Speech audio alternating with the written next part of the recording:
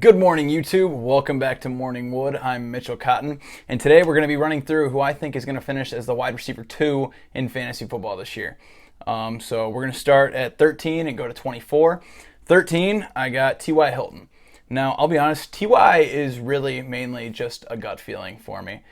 There's not a ton of statistics that should point to why, or data that are going to point to why he should have a crazy good season this year, other than the fact that Phillip Rivers likes to throw a lot, and he's not afraid to throw it in places that might get picked off. So that might not bode well entirely for the Colts, but it could bode well for T.Y. Hilton, who likes to run those big hitting routes, and he's a speedster, he's a burner. I got a good feeling about T.Y. Hilton this year. That's why, despite the numbers not being, or the statistics not being heavily in his favor, I guess he's one of my guys. So if you end up picking him based off of what I'm saying, it's on me. I'll probably be targeting him too, so we'll be suffering together if it happens. But he's not going to suck. He's going to pop off. Got him at 13. 14, I got Cooper Kupp. I like Cooper Kupp a lot this year. I moved him up in my rankings as soon as Brandon Cooks was traded because Brandon Cook had 72 targets last year. That means there's 72 vacant targets coming up this year. Now, who's going to take those targets? Is it Robert Woods? Is it Cooper Kupp? Likely one of those two. Mostly going to be split between those two. Josh Reynolds or Van Jefferson are not just going to eat up a bunch of targets. Let's be real. Van Jefferson, yeah, I think he was drafted in, the second or third round? But he's not that good of a talent. They reached for him. Everyone in the entire NFL thinks that that's not the best pick that they could have made. Not a great pick at all. But, yeah, there's just a lot of open targets there. I was going to say St. Louis, but no, in LA, and on a team that already throws the ball a shitload. I mean, if they're throwing it as much as they are, I think they're throwing it I think they're fifth in the league in total pass attempts, but then, and there's more targets to go around in that offense, someone's going to eat. Cooper Kupp is the number one on that offense. We found that out last year, and I like him a lot. I got him at 14. 15, I got A.J. Brown. There is everything to like about A.J. Brown. Last year, he was 6th in yards after catch, so he's fantastic after the catch. He was 9th in total touchdowns. The guy is a touchdown monster. He was 2nd in yards per target, 2nd in yards per pass route, 3rd in yards per reception. So the guy is not only extremely efficient, but he's extremely efficient at scoring touchdowns also, because all of that was only on 52 receptions that he turned into 1,051 yards. As a rookie, remember, as a rookie. He had Marcus Mariota throwing to him the first 8 games of the season. Then they flipped to Ryan Tannehill and he started doing well. Now, while I think the offense as a whole in Tennessee is going to regress this year, there's no reason to believe that A.J. Brown should, because as we just went through, yards after catch, he's 6th. He's making the most of what he's doing. He had 447 yards after the catch. He had 1,051 receiving yards. That means that 40% of his overall yards in production is coming from what he's doing after the ball is in his hands. He's dangerous, he's athletic, he's big. There's not a lot to not like about A.J. Brown. I got him at 15. 16, I got Courtland Sutton. And I moved him down in my rankings after the draft because the Broncos took Jerry Jeudy in the first, took KJ Hamler in the second, then they take Alberto later in, I think, the 4th round. They loaded up on weapons. And that's for Drew Lock. The Denver Broncos didn't throw the ball a lot last year. Now, what they're telling us, though, is that they want to throw the ball. They want to be a high-octane offense because now they have Courtland Sutton, they have KJ Hamler, they have Jerry Jeudy, they have Alberto, they have Noah Fant, they have Phillip Lindsay, they have Melvin Gordon. There's a lot of mouths to feed on that offense. Courtland Sutton is still going to be the alpha. I don't care anyone who thinks Jerry Jeudy's going to be. I'm not high on Jeudy personally. He's going to be the number one in that offense. He's going to eat in the offense. The team, the Broncos, as they showed us in the draft, they want to become more of a pass-heavy team, which they weren't last year. 17, I got Juju.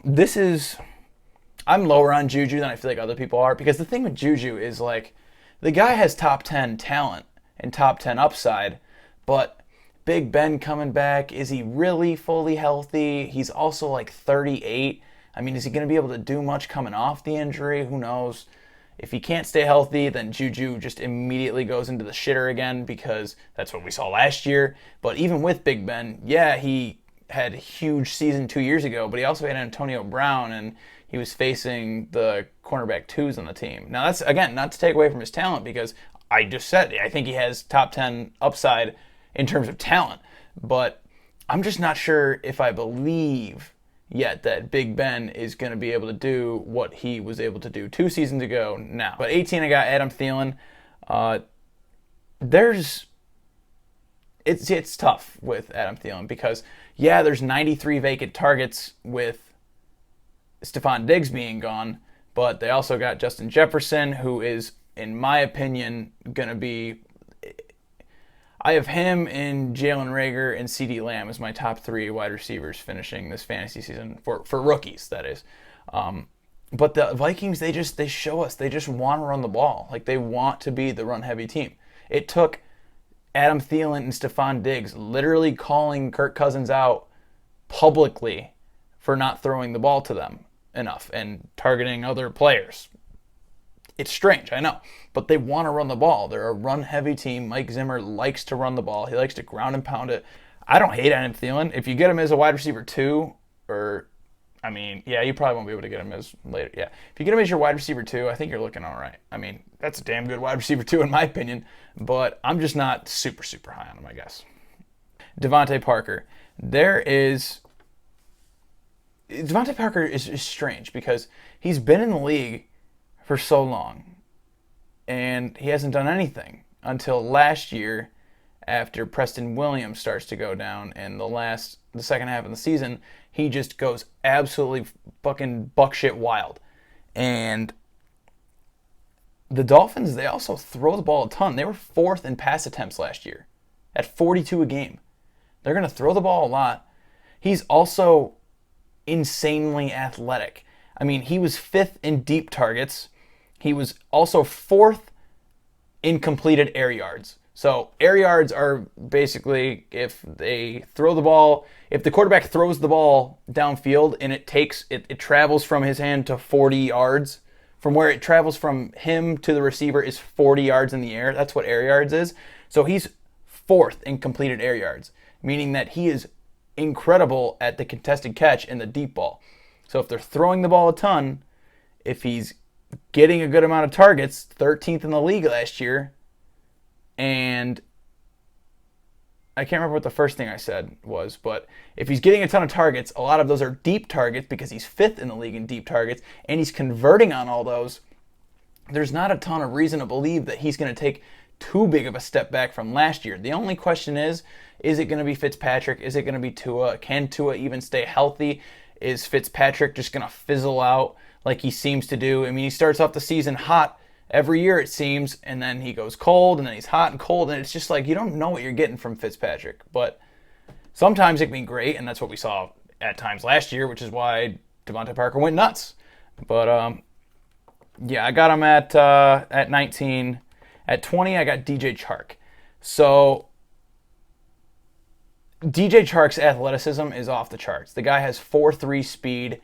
He's big, 6'3". He's like 209. He has everything you want in an ultra athletic, ultra big, and just everything you want in a wide receiver, athletic wise. But I have him lower here than I feel like I want to. Like, I want to put him higher because the Jags last year were actually, I mean, as much as you feel like you saw Leonard Fournette just run up the gut into his lineman's ass, they were 10th in the league last year in pass attempts. So there's targets to go around. They get Laviska Shenault. I'm not worried about that eating into his workload. But it's just the fact that I don't know if I buy into Gardner Minshew. Like everyone in the world, I think, wants to buy into Gardner Minshew because he's just the American dream. He's exactly what a recognizable, loved quarterback should be. The big old mustache. He's got the jean shorts. He's wearing American flag and stuff. Bandana. He's slugging beers. everyone loves Gardner Minshew, but I just don't know if I believe him yet. Like, I don't know.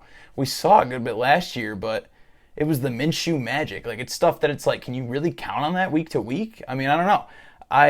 I'm playing it safe. I'm just keeping him lower. Although DJ Chark, make no mistake, could very easily be a top 10 wide receiver. There's no question about it. 21, I got Calvin Ridley. And for the same reason that I loved Julio Jones in my wide receiver 1 video, I love Calvin Ridley in this video. And I have him at 21. Honestly, he could be realistically much higher. Like, I probably could realistically have him at like 17, up there where Juju's at. And it's because there's 186 vacant targets on that team between Austin Hooper and Mohamed Sanu last year. And they didn't add anyone in the draft or free agency. So there's a shitload of targets to go around. Who's going to eat them up? Julio and Ridley.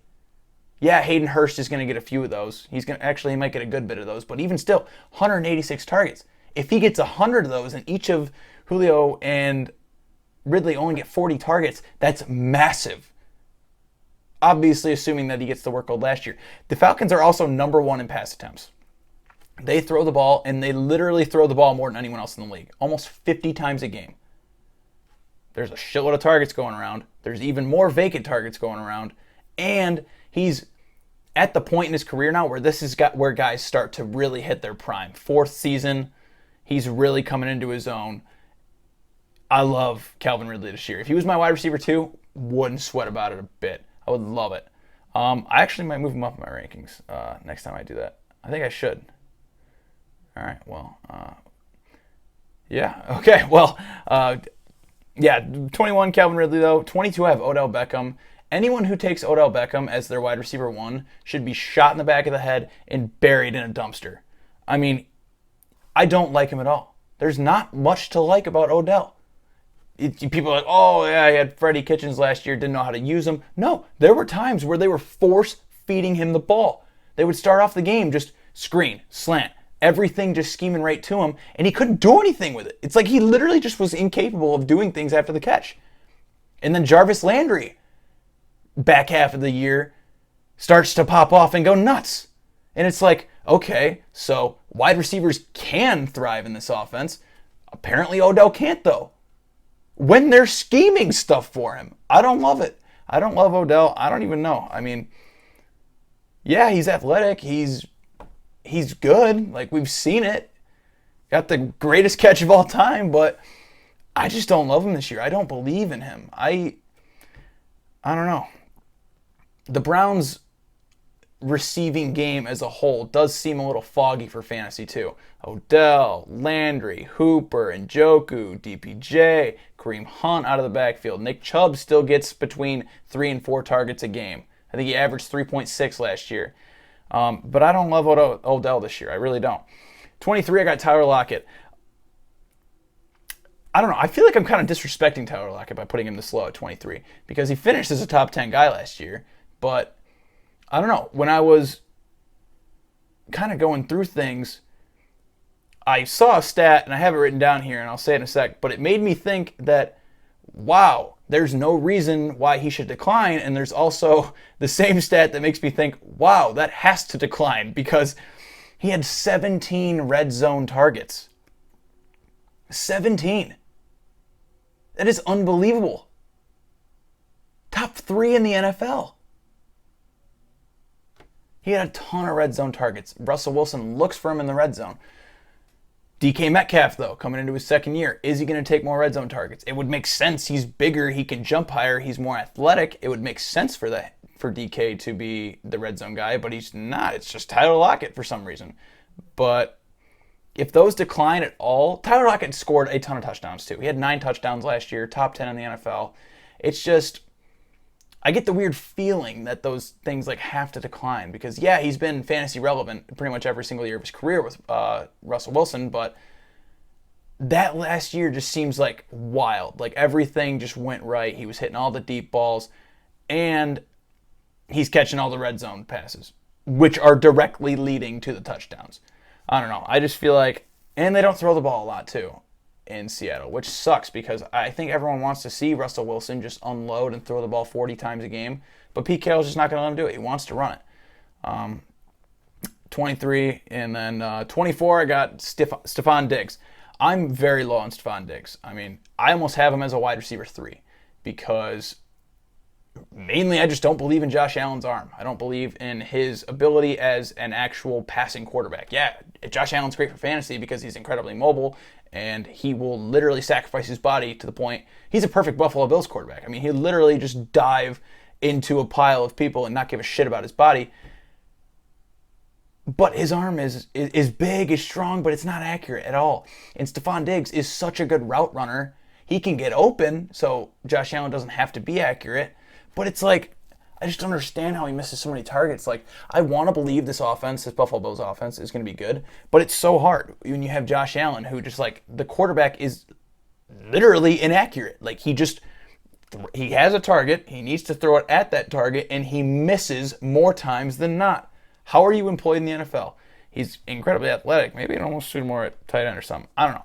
I don't love Stefon Diggs, though. I got him at 24. But, yeah, so that's my list for the wide receiver 2s for the 2020 fantasy season.